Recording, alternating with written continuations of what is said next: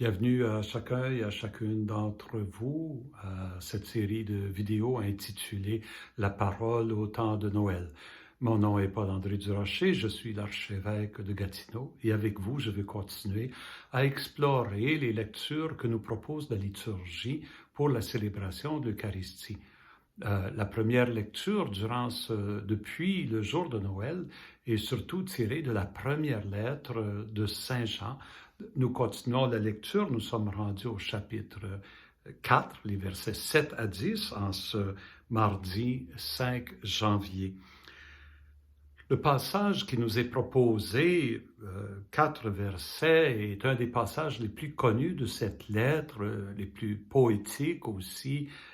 Ça nous parle au cœur, je pourrais dire. Je vous le lis toute une traite.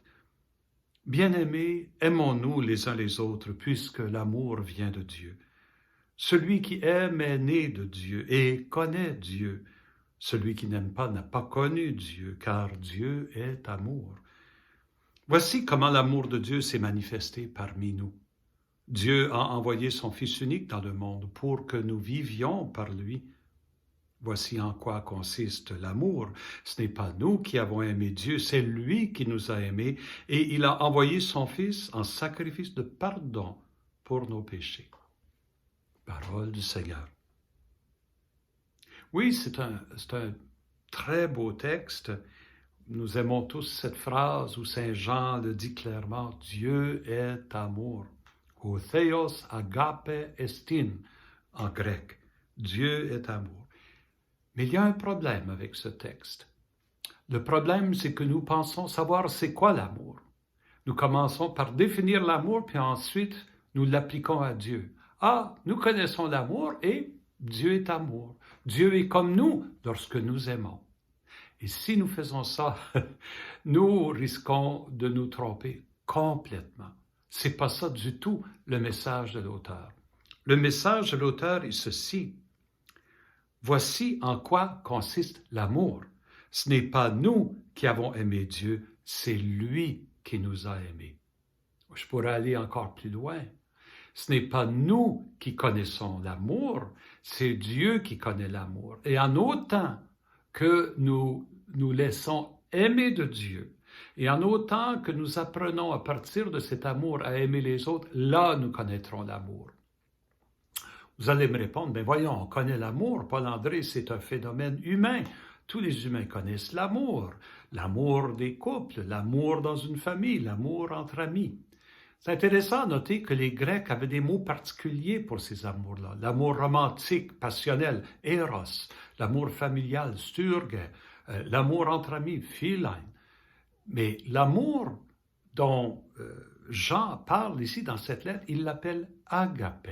Agape, qui est un amour inconditionnel, un amour qui ne compte pas, un amour qui pardonne tout, un amour qui est continuellement fidèle. Ce genre d'amour-là, Saint Jean nous le dit, il se trouve en Dieu. Et s'il se trouve chez les humains, c'est parce que d'une façon ou d'une autre, ils sont en relation avec Dieu. Parce que vraiment, c'est un amour divin que cet amour-là. Donc, si je reprends le texte, mes bien-aimés, c'est beau, hein? Il commence par nous appeler des bien-aimés. Nous sommes aimés de Dieu. Bien-aimés, aimons-nous les uns les autres, puisque l'amour vient de Dieu. Puisque Dieu nous aime, il est la cause de l'amour que nous avons pour les autres. Et celui qui aime est né de Dieu et connaît Dieu. Mais celui qui aime à la façon divine, la seule façon d'aimer de cette façon-là, c'est parce que nous pouvons connaître Dieu. Et comment connaissons-nous Dieu? À travers son Fils Jésus. Tout se tient chez Saint Jean. Oui, Dieu a envoyé son Fils unique dans le monde pour que nous vivions par lui.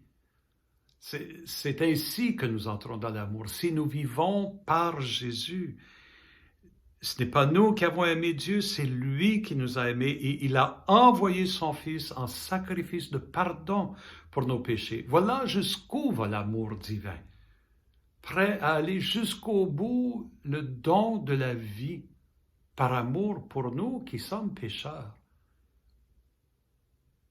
Le problème avec les amours humains, c'est qu'ils sont si facilement tordus, si facilement corrompus. Notre égoïsme, nos besoins purement légitimes font qu'à des moments donnés, l'amour n'est pas tout ce qu'il devrait être. Et l'amour romantique peut se faire séduction ou encore jalousie. L'amour entre amis, ça peut devenir une stratégie pour avoir ce dont on a besoin. L'amour familial peut être un amour qui cherche à contrôler, à dominer. C'est malheureusement la réalité humaine, c'est que nos amours se font si facilement distordre par nos faiblesses et nos vulnérabilités. Seul l'amour qui vient de Dieu est un amour pur. Et en autant que nous nous laissons aimer, toucher et transformer par cet amour-là, nos amours sont aussi transformés, de sorte que nos amours romantiques, familiaux, amicaux, deviennent tellement plus beaux, tellement plus riches et tellement plus vrais. Voilà le message de Jean aujourd'hui dans sa première lettre. Passons à l'Évangile. J'ai dit hier que d'ici au baptême du Seigneur, nous regardons des évangiles où Jésus, on pourrait dire, son être intérieur est manifesté, qui il est vraiment paraît. Eh bien, nous allons regarder l'évangile de Marc aujourd'hui, chapitre 6, versets 34 à 44. Jésus vient d'envoyer ses apôtres prêcher. Ce qu'il fait, la prédication qu'il fait, la guérison qu'il fait, il les envoie faire comme lui. Ce qu'on a vu hier dans l'évangile de Matthieu. Allez prêcher, allez expulser les démons, allez guérissez les malades. Faites ce que je fais. Ils vont, ils reviennent et là, ils veulent se retirer dans un coin, mais les gens ont vu où Jésus, les apôtres se dirigeaient. Alors, ils les précèdent, ils se rendent là. Donc, quand ils arrivent au lieu, en ce temps-là, Jésus vit une grande foule et il fut saisi de compassion envers eux parce qu'ils étaient comme des brebis sans berger. Le prophète Ézéchiel avait fustigé les chefs religieux de son époque parce qu'ils étaient des bergers qui ne s'occupaient pas de leurs brebis. Ils opprimaient les brebis, au pire. Au mieux, il les négligeait. Mais les brebis étaient laissées pour elles-mêmes. Et le prophète, prenant la parole de Dieu, dit, moi-même, Dieu dit, je vais venir paître mon troupeau. Alors ici, nous avons des échos de ça. C'est Dieu qui vient prendre soin de ses brebis dans la personne de Jésus. C'est lui le bon berger. Oui, il fut pris de compassion envers eux parce qu'ils étaient comme des brebis sans berger. Alors, qu'est-ce qu'il fait? Il se mit à les enseigner longuement. Ça peut nous étonner. Il rencontre des gens qui sont dans des grands besoins. La première chose qui se fait, c'est se mettre à leur enseigner. Mais c'est parce que qu'est-ce qu'il leur enseigne? Il leur enseigne le sens de la vie. Il leur enseigne l'amour de Dieu, le pardon que Dieu veut leur donner. Il leur enseigne le chemin qui mène vers la plénitude de la vie. J'avais un ami qui disait, je peux vivre n'importe quel comment si tu me donnes un bon pourquoi. En d'autres mots, je suis capable d'endurer n'importe quoi s'il y a un sens à ce que je suis en train d'endurer. Et c'est ça ce que Jésus est en train de faire. Il est en train de leur révéler le sens de leur vie, leur valeur profonde aux yeux de Dieu. Déjà l'heure était avancée. S'étant approché de lui, ses disciples disaient « L'endroit est désert et déjà l'heure est tardive. Renvoie-les, qu'ils aillent dans les campagnes et les villages des environs s'acheter de quoi manger. » C'est intéressant. C'est comme si Jésus est tellement pris par l'enseignement de la parole. Il est en train de révéler les mystères de Dieu. Les apôtres sont peut-être un peu plus pratico-pratiques, et l'heure avance, les gens n'ont pas mangé, ils vont avoir faim, ça serait le temps peut-être de les inviter à aller se ravitailler en quelque part. Et Jésus, il donne une réplique très étrange. Donnez-leur vous-même à manger. Mais quel est le sens de ça? Les apôtres, ils n'ont pas de nourriture avec eux, comment ils peuvent nourrir tous ces gens-là? Peut-être que Jésus est en train de leur indiquer que l'enseignement qu'il est en train de leur donner est une nourriture et eux, ils devraient être en train, avec lui, de nourrir les gens. Ils arrivent de mission, ils viennent de vivre ça. N'avez-vous pas compris comment prendre soin du peuple? Il y a peut-être ça, mais ils ne saisissent pas ça. Ils répondent, bon, est-ce qu'on va aller dépenser le salaire de 200 journées pour acheter des pains et leur donner à manger? Où est-ce qu'ils vont trouver cet argent-là, puis ramener toute la nourriture? Alors, Jésus leur demande, combien de pains avez-vous? Allez voir. Et s'étant informés, ils disent 5 et 2 poissons. Jésus leur ordonna de les faire asseoir par groupe sur l'herbe verte, assis sur l'herbe verte. Ça ne peut pas faire autrement que de nous faire penser au beau psaume du bon berger. Il me mène vers les eaux tranquilles. Le Seigneur est mon berger, rien ne saurait manquer. Il me mène vers les eaux tranquilles, vers de verts pâturages. Il me fait reposer. Alors, ce sont ces verts pâturages et Dieu, en Jésus, va s'occuper de son peuple. Il les disposa par carré, de 100 et de 50. C'est intéressant, c'est comme s'il y avait 50 rangées de 100 colonnes ou 100 rangées de 50 colonnes. À la fin, il va dire il y en avait 5000. Là. Mais ils sont disposés en ordre, comme un camp. Et ça nous fait penser à Israël dans le désert, sous la direction de Moïse, lorsqu'il cheminait de la servitude, l'esclavage en Égypte vers la liberté de la terre promise. Chaque fois qu'il s'arrêtait, il s'organisait dans un camp bien rangé. C'est comme si cette foule qui était disparate, qui était comme des brebis sans berger, là, donc éparpillées partout, tout à coup cette foule, elle est organisée, elle devient un peuple avec un certain ordre, une certaine organisation. C'est plus seulement un troupeau fou. Et il les ordonne de s'asseoir. Et, bon, évidemment, dans le désert, qui a nourri ces foules-là? C'est Dieu, grâce à la manne.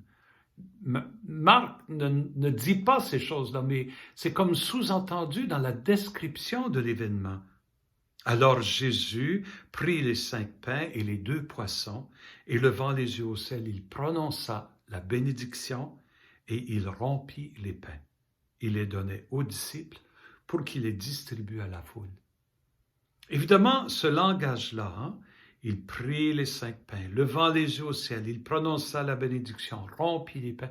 Nous connaissons ce rythme-là, c'est le récit de l'institution de l'Eucharistie. C'est ce que Jésus va faire le soir avant de mourir.